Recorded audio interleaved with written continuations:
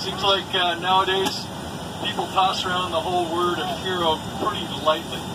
Now we talk about heroes being people that can hit a ball really good or run particularly fast or what have you.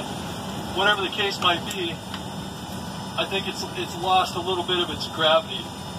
But I want to share just a quick little story with you. And this gentleman here undoubtedly could clarify some of the details. I'm doing a little bit of this off memory, and I'm probably not the world's best public speaker, so bear with me. I think it's safe to say, courtesy of this gentleman and all of his shipmates, we're free. Some of you may or may not be fully aware of some of the events that led up to the ending of World War II, and there's going to be a lot of opinions floating around. I'm certain I don't want to stir that up. It's not about that.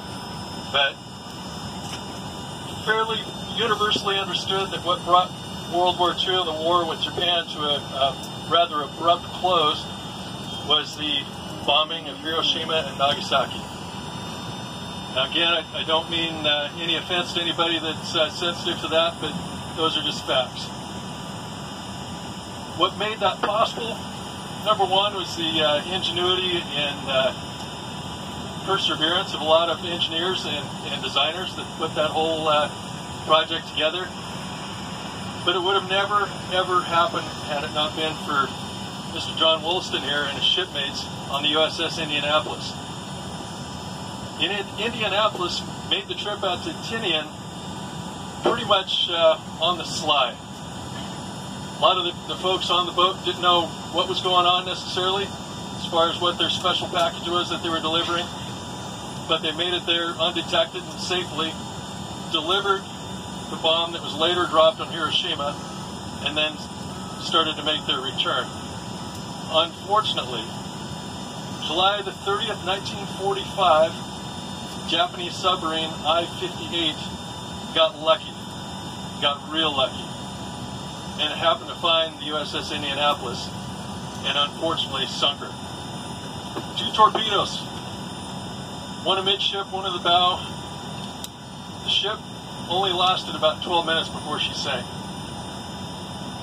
Originally, there was just shy of 1,200 men, about 1,196 men on board that ship.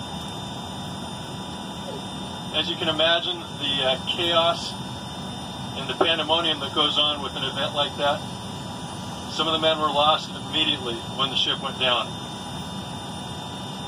About 800 or so survived the initial sinking. Many of them were in life jackets, including this gentleman here. 5 days they were in the water.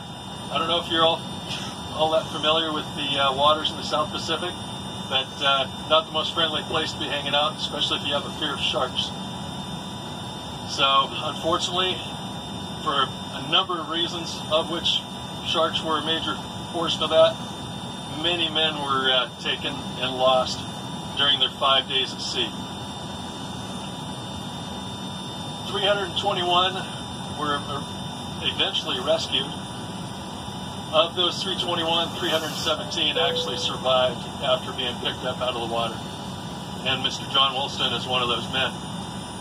One of 22 surviving USS Indianapolis crewmates that are still alive with us today.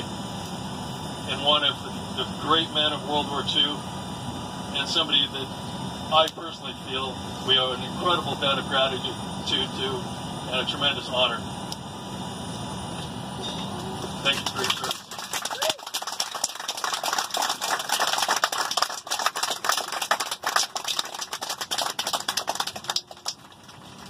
Honor. Thanks for coming with us.